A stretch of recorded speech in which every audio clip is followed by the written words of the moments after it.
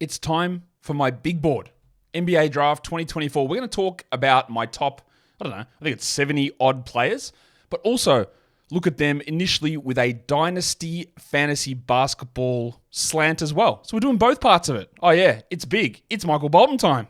Thanks, Josh. It's Michael Bolton here, and it's time for another episode of the Locked On Fantasy Basketball Podcast. Let's get to it. Let's get to it, indeed. You are Locked On Fantasy Basketball, your daily fantasy basketball podcast, part of the Locked On Podcast Network.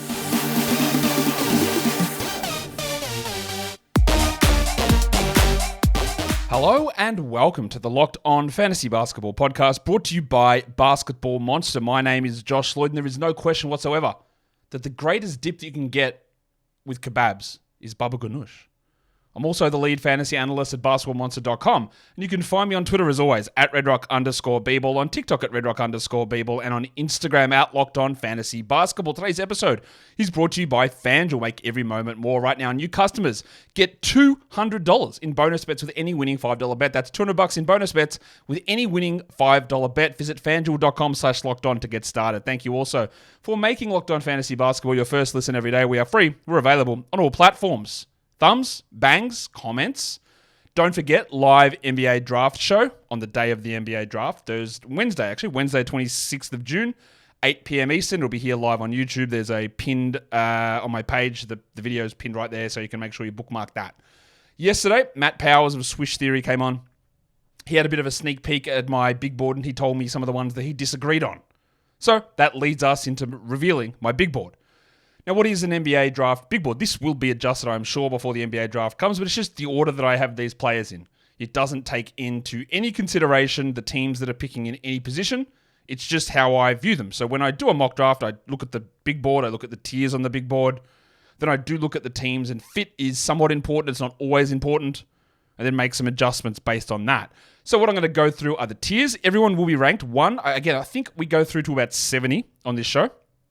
I go through my top 16 tiers, but then also when you see the graphics on the YouTube screen, and I'll mention it audio for you audio guys as well, is that I've got a Dynasty tier as well for where I have that player. Now, the Dynasty rookie rankings will change somewhat drastically once the draft happens and once I make my adjustments to big boards and all those sort of things in my formulas will happen. But this is the initial look at the Dynasty tier. So you'll see a player come up and say, he's in tier 3 for me for my draft big board, but he's actually tier 5 for my Dynasty ranks. Again, the full Dynasty rookie ranks will come out after the draft, but you're getting a look at both sides of the coin here. I guess it's more to see which guys are more highly valued and less highly valued when you translate their numbers to fantasy. Because Dynasty rookie values, I believe, a lot of it is stat translations, but the player is also, you've got to have value in the player, and you've got to take into consideration age, and you've got to take into consideration the way the league views that guy, because it's all well and good to have a great skill set translation, but if the guy doesn't play or he's old, then the Dynasty value is very different. Or if you might not think he has a great fantasy skill set translation, but he is going to go high in the draft, or he is going to play minutes and you think he plays those minutes, then there's value in that as well. So I hope all of that, I think it's relatively straightforward. I don't think any of you would have too much confusion with that, but maybe you do. But that's okay. I hope that explained it. So let's talk big board. Before I keep guessing, it's this many picks that we're going to go. I should just tell you how many we're going deep into this, how many players we're going. We are, I said 70s. We're actually going 61. My top 61, which is my top 16 tiers, because from 62 all the way through to 101 at the moment, all those guys are in my bottom tier, which is tier 17. I don't think I'm going to split that out into anything further, but there will be adjustments, obviously. So that will bring us to look at the top of the board. And I don't think you'll be surprised at all to know this guy has been number one the whole way through. He sits at number one in tier number one on his own. It's Alex Sarr from the Perth Wildcats. As you can see, if you are watching on YouTube on the graphic, the D1 next to Alex Sarr's name means he's in Dynasty tier 1 as well.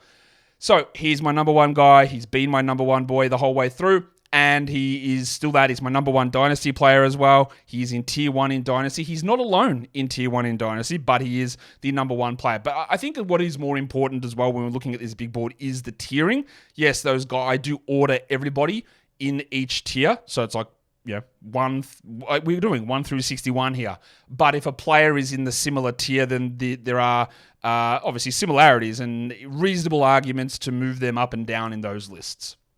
So tier 1 is Alex Sarr. He's a Dynasty tier 1 player as well. Tier 2 is a player for my NBA draft big board who sits alone. And that's Ron Holland II. I've got no one else in tier 2. I know there's talk of Ron dropping out of the lottery. Cool. At this point, I don't actually care. I still value him as the second best player in this class. Yeah, there are shooting concerns, but there are concerns for literally every player and significant concerns for every player in this class. He also joins Alex Sarr in Dynasty Tier 1. Now, I think that if Ron Holland falls to 10 or 12 or 16 or 18 or whatever in the real-life draft, you have absolutely no reason to be considering him as a draft pick at the top of a Dynasty rookie draft. That doesn't mean that I necessarily change him down from tier 1. He would actually, that's not fair. He would probably go to tier 2, I would say, if he falls to like 17 in the real draft, because at some point I have to look at the way that teams view things and have my opinion, but also go, well, if all these teams are feeling this way, then maybe there's something that I'm missing. But at the moment, he sits in Dynasty tier 1. He sits alone in real life tier 2, Ron Holland at number 2. If we go through to number 3 on this list, or tier 3, on this list, eventually my graphic will come up, I'm guessing. Tier 3 has 2 guards from Kentucky, Rob Dillingham and Reed Sheppard. That's the order I've got them. Dillingham at 3, Sheppard at 4. They're both Dynasty tier 2 players. Sheppard's statistical case is unbelievable. The shooting is out of control. The assists are strong. The steal rate is through the roof. Outside of, I think he is actually the number 1 best translated prospect coming through. Just on stats alone, Reed Sheppard is number 1. Oh, that's not true. Ulrich Chomchi is number 1, but he played 3 games. It's very hard to judge those stats from the NBA Africa Academy. But Reed Sheppard is number 1 in that sense. But he comes in at number 4 on my real life board. He's in my tier 2 for Dynasty, so it's Sarr and Holland. And then we've got Dillingham and Sheppard in tier 2 for Dynasty. We have the same concerns for both of these guys, that they are both undersized. And then we have one of the same positives. They're Kentucky guards, and a lot of those guys are able to step up once they head into the pros. So they both sit in tier 3, and that's where they're at. Tier 3, Rob Dillingham, Reed Sheppard. All right, the next one we go on to tier 4. This is a much larger tier, and it stretches through from player number 5 through to player number 11. So at 5, I do have Nikola Topic. He's in Dynasty tier 2. I'm not that worried about the partially torn ACL. Yeah, it's not great. I've got a partially torn ACL at the moment. It feels pretty shitty. But, that can be fixed really comfortably. I guess the thing that dropped him down a little bit for me, and I did have him above Sheppard initially, was the sort of the tomfoolery regarding his measurements. A 0 wingspan, which they'd reported bigger wingspans, the cloudiness around the injury. It's just a few things like, what are you doing? Like, why are we just, all this sort of stuff keeps coming out that seems weird. So I dropped him down 1 spot. So he sits there at number 5, tier 4, but he's a Dynasty tier 2 prospect. Number 6 is Matas Buzelis, who's in Dynasty tier 3. Number 7, I'm really big on Tyler Smith, but I do only have him in Dynasty tier 4 because my formula for Dynasty takes into a number of different things. Statistical translations, my rankings, consensus rankings, and age. And there's a bunch of different things that are factored into that, but I'm big on him. His age is strong, but the consensus on him is way, way, way lower, and I'm not just going to think that I know everything about everybody. I take all those other guys into consideration. Now, I am going to weigh my opinion on those guys higher than the consensus because it's my opinion. Why wouldn't I have an opinion? But that still has some weight to it. So that's why Smith, even though I've got him 7th on my real life board, he is, from a Dynasty perspective, sitting at in Dynasty tier number 4. The next one is a guy, again, that I've got higher than consensus. So that's USC guard Isaiah Collier. I've got him at number 8 overall, in the middle here of tier 4. In Dynasty, I've got him down at in Dynasty tier 5. That's largely because I'm a bit worried about some of the shooting numbers, and in particular the free throw percentage. But I do really value what Isaiah Collier brings. At number 9 on my big board, it is Donovan Clingan. He's up in Dynasty tier 3. I just worry about the overall upside of him as a game-changing sort of a player. I think that he's going to get blocks. I think he's going to get field goal percentage and rebounds. We know that. That's the Walker Kessler. What else do you do on top of that? Can you step out and do anything offensively? I don't think so. Can you become a decent usage player? I also don't think so. Will you ever pass? Well, he's a better passer than Kessler, but I'm not sure it's going to be super high. I'm just way lower on Klingon than other people are. So, again, if it was my ranking, he might not sit in Dynasty Tier 3. He probably would because there is sky-high ability for his blocks and field goal percentage, but there are still significant downsides. So he's number 9 overall for me on my big board, Donovan Klingon. And then we do have 2 other guys to round out tier number 4. At number 10 overall is Zachary Ricochet. I know, he might go at pick number 1. He might go at pick number 2. I will be just not dumbfounded because I do expect that it's going to happen. I think it's stupid, but that's fine. They could be wrong. I could be wrong. Whatever. His skill set, his fantasy stat set is not super strong either. So, again, even if he goes at pick number 1 or 2, I think he'd be pretty dumb. Honestly, well, dumb sounds insulting, but maybe it is. I would never touch him in the top 2 or top 3 of Dynasty rookie picks. I've got him in tier 4 overall for my Dynasty ranks. He's in tier 4 here for my real life ranks and at number 10. And then at number 11, to finish off tier 4, is Steph Castle, who... yeah, I think he's really good defensively. I worry about the shooting and all of the offense. I worry about him thinking that he's only a point guard, which honestly, if he is a point guard, that does help his overall production. But what if he isn't? What if he can't do it? Then he's like an off guard who can't shoot, who defends, and then he's Isaac Okoro? That's not that good. All right, so I've got him number 11 overall, Steph Castle. I've got him in my Dynasty Tier 4 as well. And that is the top 11 players done. Today's episode is brought to you by FanDuel Sportsbook. Summertime means that baseball is back. It means that, well, baseball's been back, obviously. It means baseball's here. It means the NBA finals are on, the NHL finals are on, and there's more. And you can bet all of it at FanDuel. Right now, new customers get $200 in bonus bets with any winning $5 bet. That is $200 that you can use to bet everything from finals MVP, who's going to hit one out of the park, whatever it is. It's all there over at FanDuel. So go to FanDuel.com/lockedon and you can add a big win to your summer bucket list. FanDuel, America's #1 sportsbook. And don't forget to gamble responsibly. All right, so we are 4 tiers into the big board. That's 1 through 11. Let's do tier 5 now. And sitting at number 12, I've got Devin Carter. Devin Carter, older prospect, sky-high rebound rate, really good defender. I'm not, like, again, he would never be, I don't think he'd be anywhere near this in a draft that wasn't like this one, but he's currently here. I've got him at number 12 overall, Devin Carter, tier 5 in Dynasty. I couldn't be less convinced, though. Number 13 is the dildo, John Furphy. I really like what Furphy brings. He's big. He's 6'9", he's 6'10". He shoots, he cuts. He's not a great defender. He's not a terrible defender. He's a smart role player, which is often taken as an insult, and I don't think it is, especially in a class like this. I think that Furphy is getting slept on pretty considerably. Age, size, shooting. He's not Trey Murphy, but he could be. The archetype is there. The size, the shooting, the positioning, all that sort of stuff is there. I've got Furphy at 13. I've got him at tier 6 in Dynasty. At number 14, I have Bub Carrington from Pittsburgh. He's in tier 6 for Dynasty as well. He seems like he should be smaller than he is, but he's 6'5", he's big.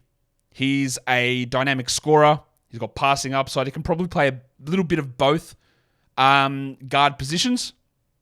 But it's really that ability to be an on-ball juice creator that I think where there's a lack of that in this class.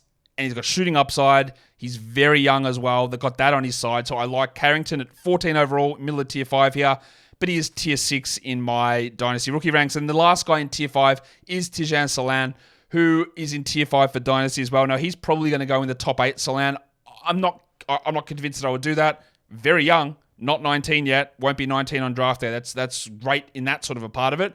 But defensively, I worry about him. I worry that keeps him off the court in the NBA. I don't know what his absolute swing skill is. What's the thing in the NBA that gets you good minutes or gets you benefit of the doubt or gets you fantasy stats, to be honest?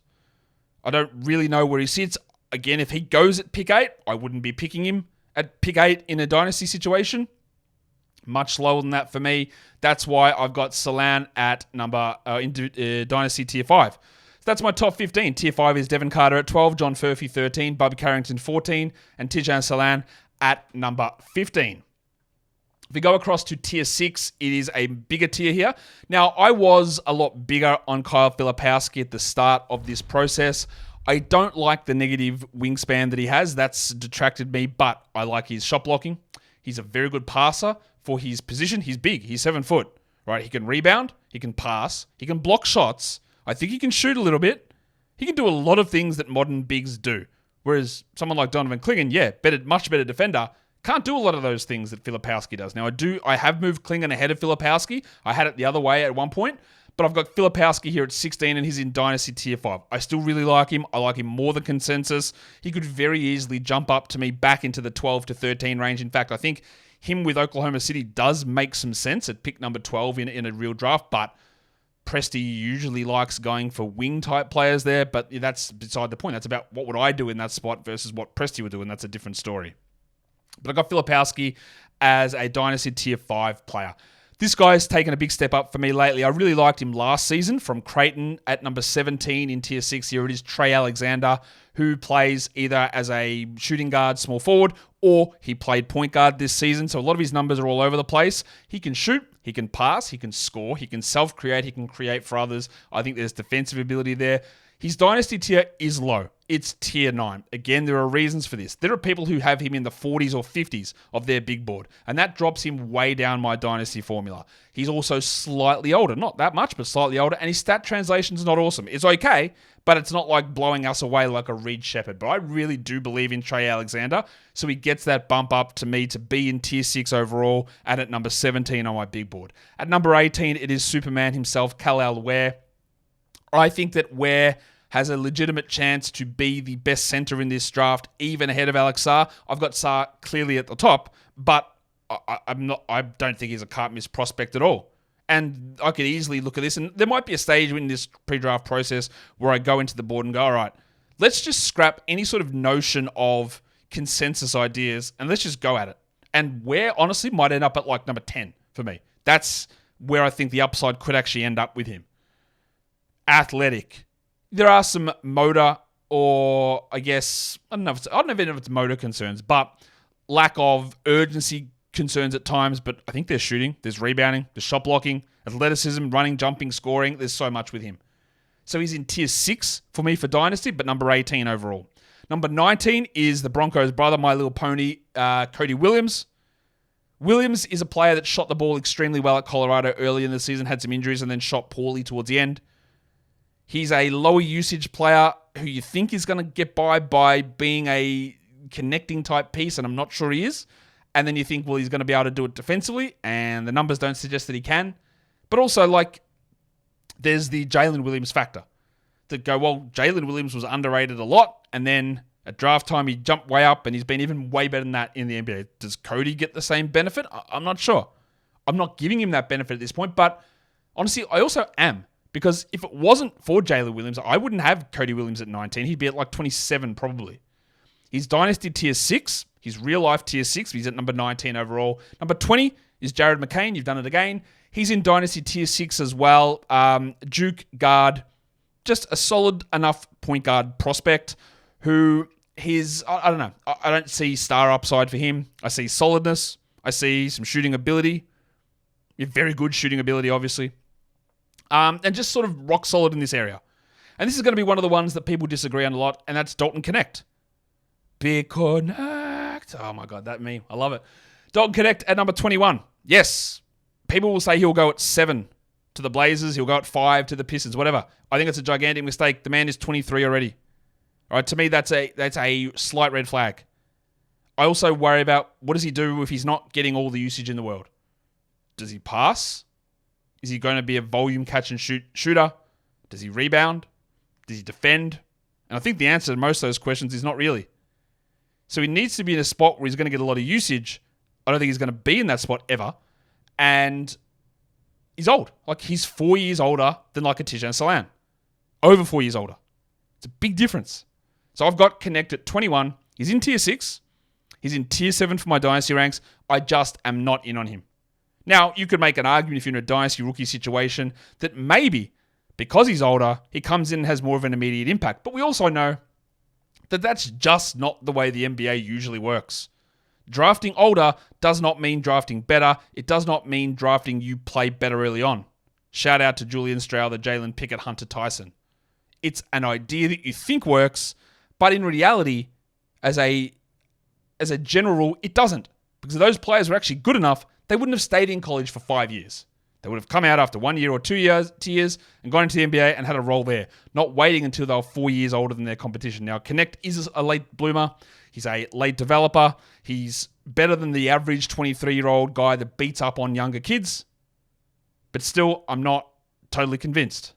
Obviously, because I've got him down at number 21 at the end of tier 6 for me. And then in Dynasty, he is in tier number 7. Today's episode is also brought to you by BetterHelp. You got to get things off your chest at so many different times in your life. Maybe you are a big Dalton Connect supporter. Maybe you're from Rocky Top and you're a big Tennessee guy. So you're going to have the natural bias and you say, this idiot, Josh, does not respect Dalton Connect. I need to get it off my chest. I need to tell somebody. You can keep it bottled up. This is obviously an analogy for other things that are in your life, but getting it out, it's important. That's why people spew that sort of stuff in YouTube comments. That's why they do it on Twitter. Getting stuff off your chest, not always productive, but getting actually important things off your chest, talking to a therapist, well, that is a safe space to be able to do that. And that is one of the reasons that therapy is successful. So if you're thinking of starting therapy, give BetterHelp a try. It's entirely online, designed to be convenient, flexible, and suited to your schedule. Fill out the brief questionnaire, get matched with a licensed therapist. You meet with them. Hey, if you don't like it and it doesn't work out, you can actually switch to another therapist free of charge as well. So get it off your chest with BetterHelp. Visit betterhelp.com/LockedOnNBA today to get 10% off your first month. That is BetterHelp, HELP.com/LockedOnNBA. Okay, so that is tier 6 done. That would mean we're on to tier number 7 now. At number 22 overall, Daron Holmes II from Dayton. Sort of a little bit like a Kal-El Ware, really high usage offensive player at Dayton, slightly lower level of competition. Probably should have come out last season, but no reason that he can't be one of those centers who goes in the 20s. Jared Allen, Rudy Gobert, Clint Capella. Different players, obviously. I'm just talking about guys who go in that area who develop into high-level players, all-stars, sub-all-stars, starting centers. He's in Dynasty tier 7. He's in real life tier 7 at number 22, Daron Holmes. At number 23, it's Jacoby Walter from Baylor. I worry that he could be just that shooting guard wing who's inefficient, who never brings anything else. That's my worry. I do have him at 23. He's in Dynasty tier 7 and real life tier 7. He's not the archetype of player that I usually love. He feels a little Lonnie Walker-ish, and I don't love that player usually, but the tools are there, the size is there, that's important. At number 24, it is Zach Edey. Look, Edey, last 2 years, National College Player of the Year, fantastic. Huge numbers. The size is not going away. That's not going away. But, like I will always say with these sort of players, why didn't you do it in year 1 or year 2 or even year 3? Why did it have to come? Or no, what year 1 and year 2? Year 3 and year 4? You're great. Why didn't you do it earlier? The defense, he's made improvements. I'm not sure he's going to be able to stick on that end. A team's going to be like, all right, we're just giving the ball to Zach Edey and letting him cook. I really doubt that. Is he just going to be too slow? I don't think he's going to shoot either. So I've got Edey at 24 in tier 7. I've got him in Dynasty tier 7. But I also acknowledge that I could be massively wrong on him. Like, I don't think that I'm going to be massively wrong on Daron Holmes. I don't think that he's going to be a top 2 player in this draft. I don't think Edey's going to be a top 2 player, but he could be a top 8 guy. Maybe he does really figure it out, and he is unstoppable with his size. And defensively, he's able to hold up. I doubt it, but maybe that happens. The college production's amazing.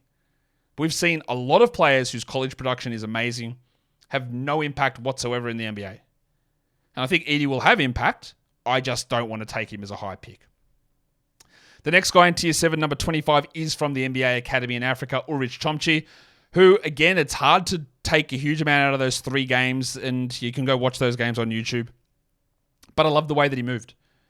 I like the fact that he was taking threes and looking comfortable doing them. I liked his passing. I liked his rebounding. I liked his positioning. I liked his scoring. I liked his cutting. He's the youngest player in the draft. He turns 19 at New Year's. This is a guy that's obviously, not obviously, because you might not know. He's from Cameroon, late entry into basketball, soccer background. But when you're out there watching him, you don't go, man, the athleticism, but the man doesn't know what to do.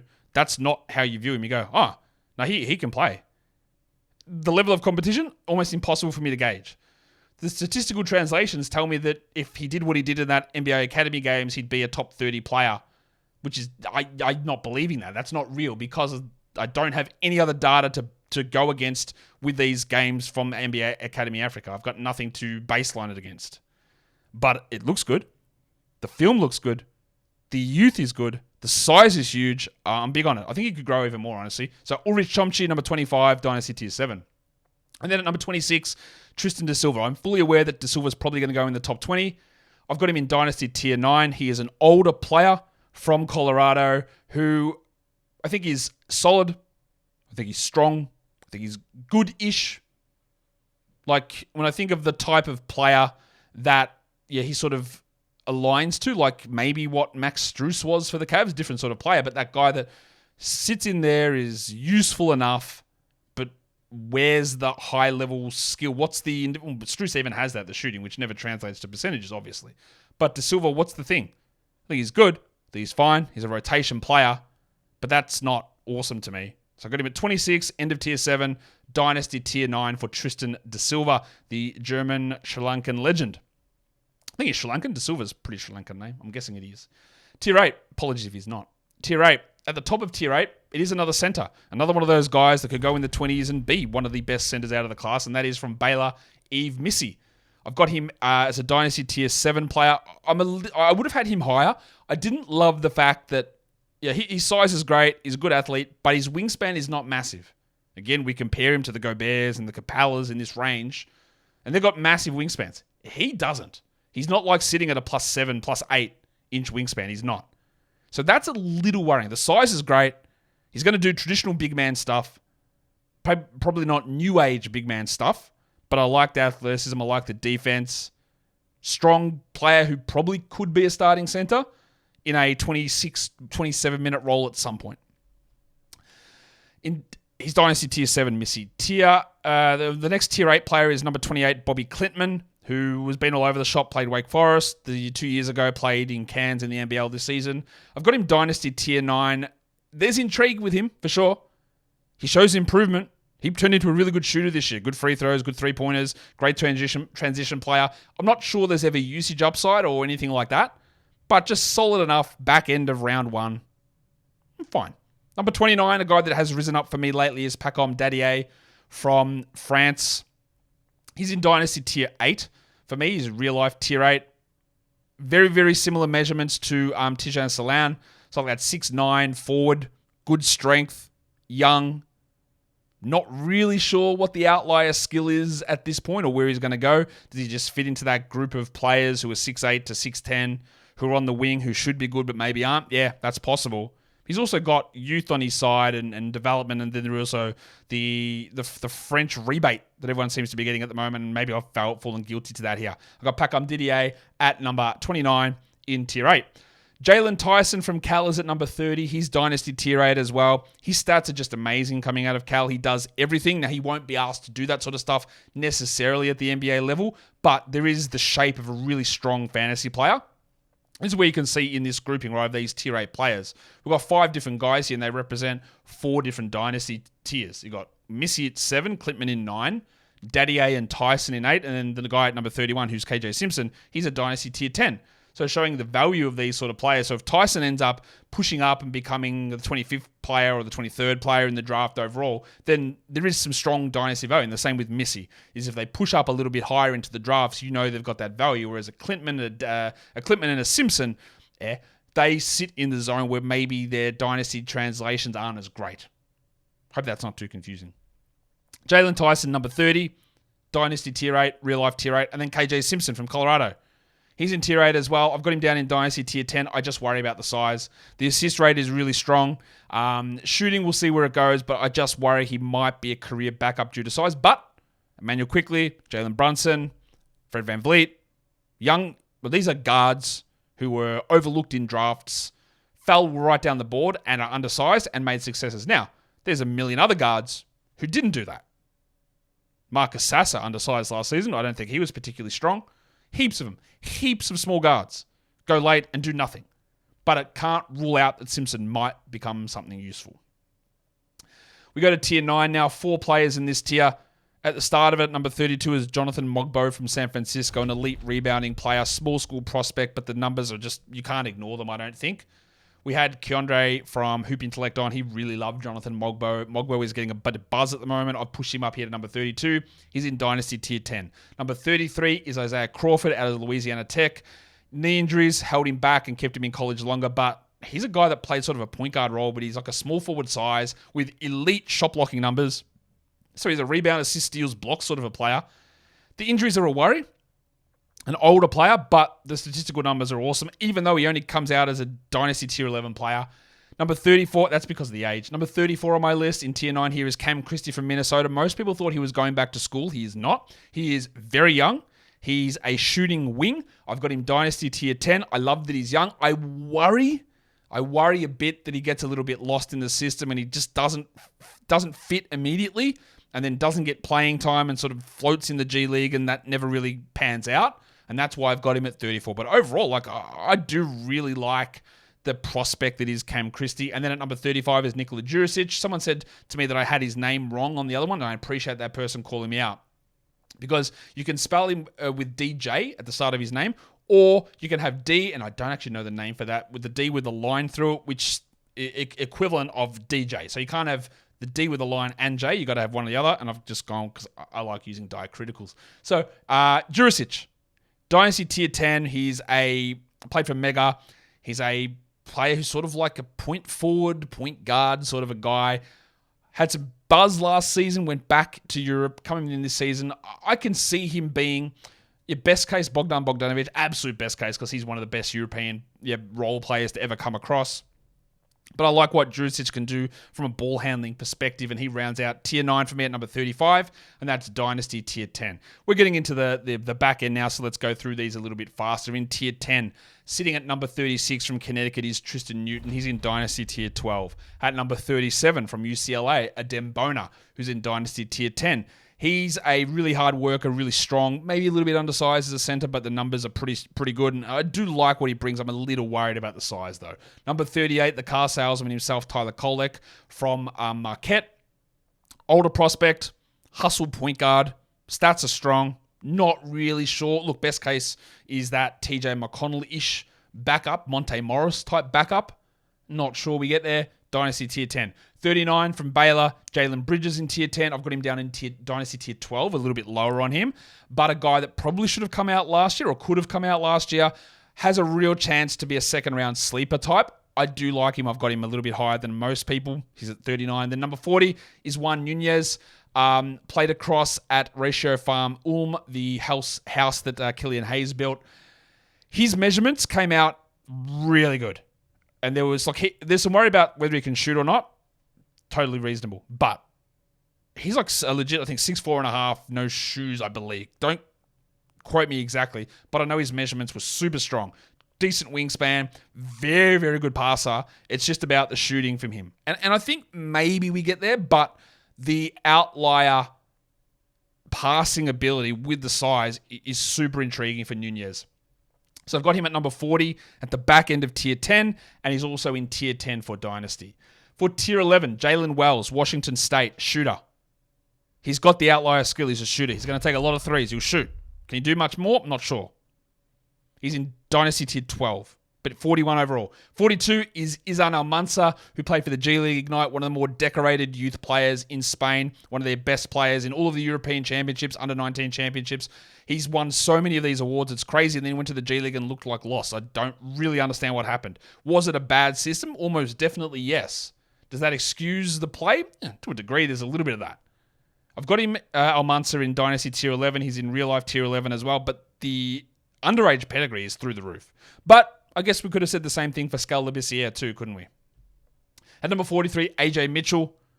Santa Clara, I believe. Is it either Santa Clara or Santa Barbara? I apologize for not remembering that one off the top of my head. He is in Dynasty Tier 11, Real Life Tier 11, AJ at number 43. Really strong statistical case. Little bit worried about some of the size and age stuff, but I really like him there. Number 44, you can't argue Dylan Jones' stats. They're out of control. Rebounds, assists, scoring, usage. He did everything for Weber State.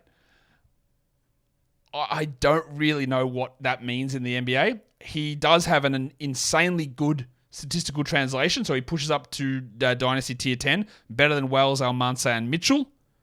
But I'm just not sure if that is a just all due to the fact that he was at Weber State and doing everything, and when he gets to the NBA, it's going to look nothing like that. So that rounds out Tier 11. Jalen Wells, Izan Almansa, AJ Mitchell, and number 44, Dylan Jones. For Tier 12, I've got number 45, Baylor Shireman from Creighton, a high-level shooter. Not really sure what else he does. He's quite old, but that shooting is there. He's got him Dynasty Tier 11. 46 is Keyshawn George from Miami. He's in Dynasty Tier 10. A lot of people have him higher. I'm just not in. As you can see, I've got him at 46, which you probably see him in the first round in some drafts. I just don't like it. So he's in Tier 12 for me. 47 is Kevin McCullough Jr. Really good defender. Older player. I'm not convinced about the shot. I think he's a useful rotation-ish player. But I'm just, again, is it just because he was playing at this advanced age that he was able to put up these numbers? That's always going to be my concern.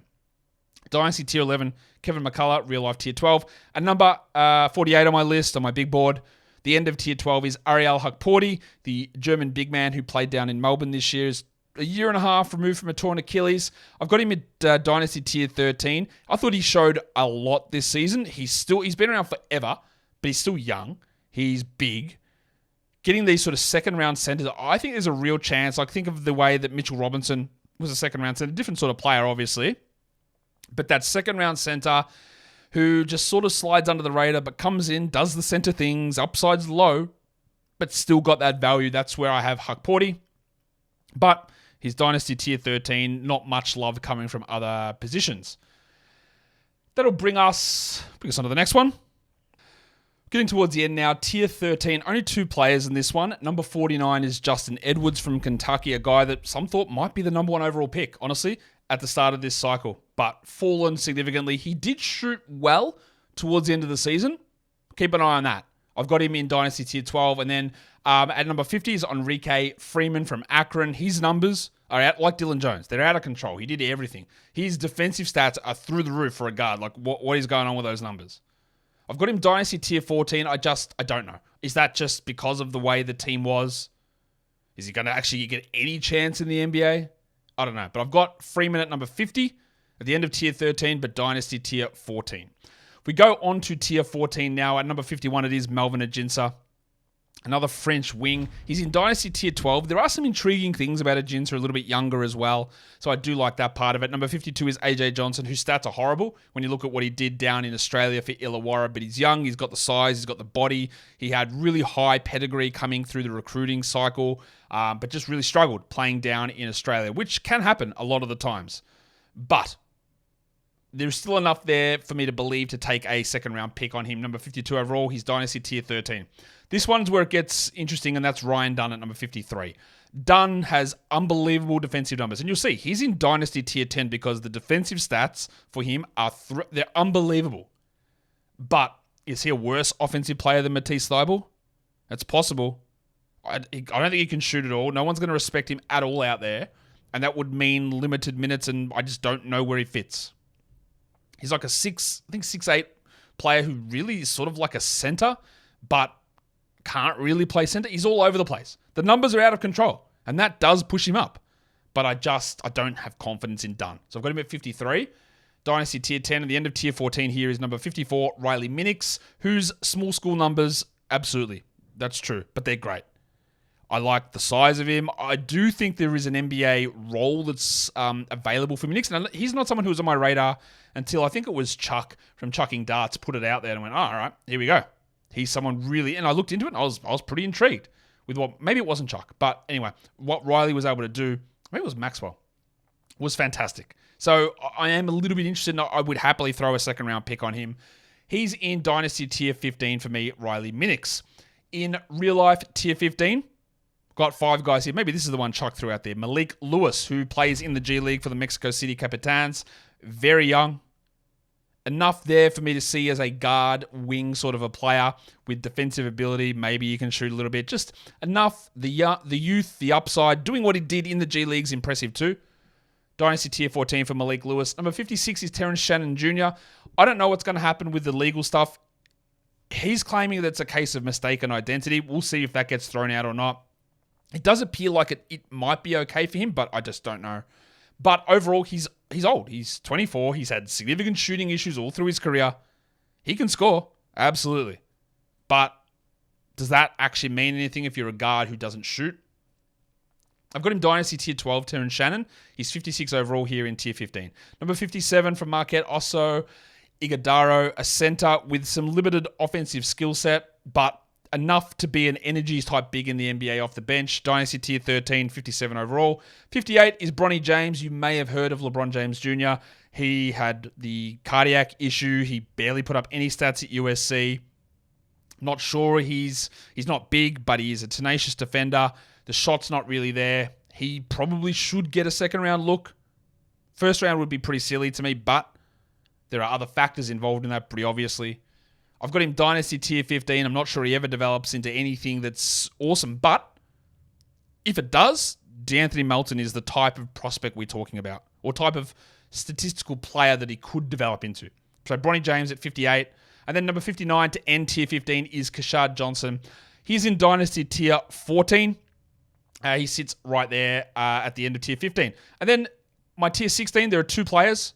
Number 60 is Trenton Flowers, who came down as an oversized point guard to play for Adelaide. That experiment didn't work out, but he is a high-level prospect, and I think there is enough there. He flashed a little bit of those passing skills at a really young age in a high-level men's league. He was pretty, he held his own to a degree.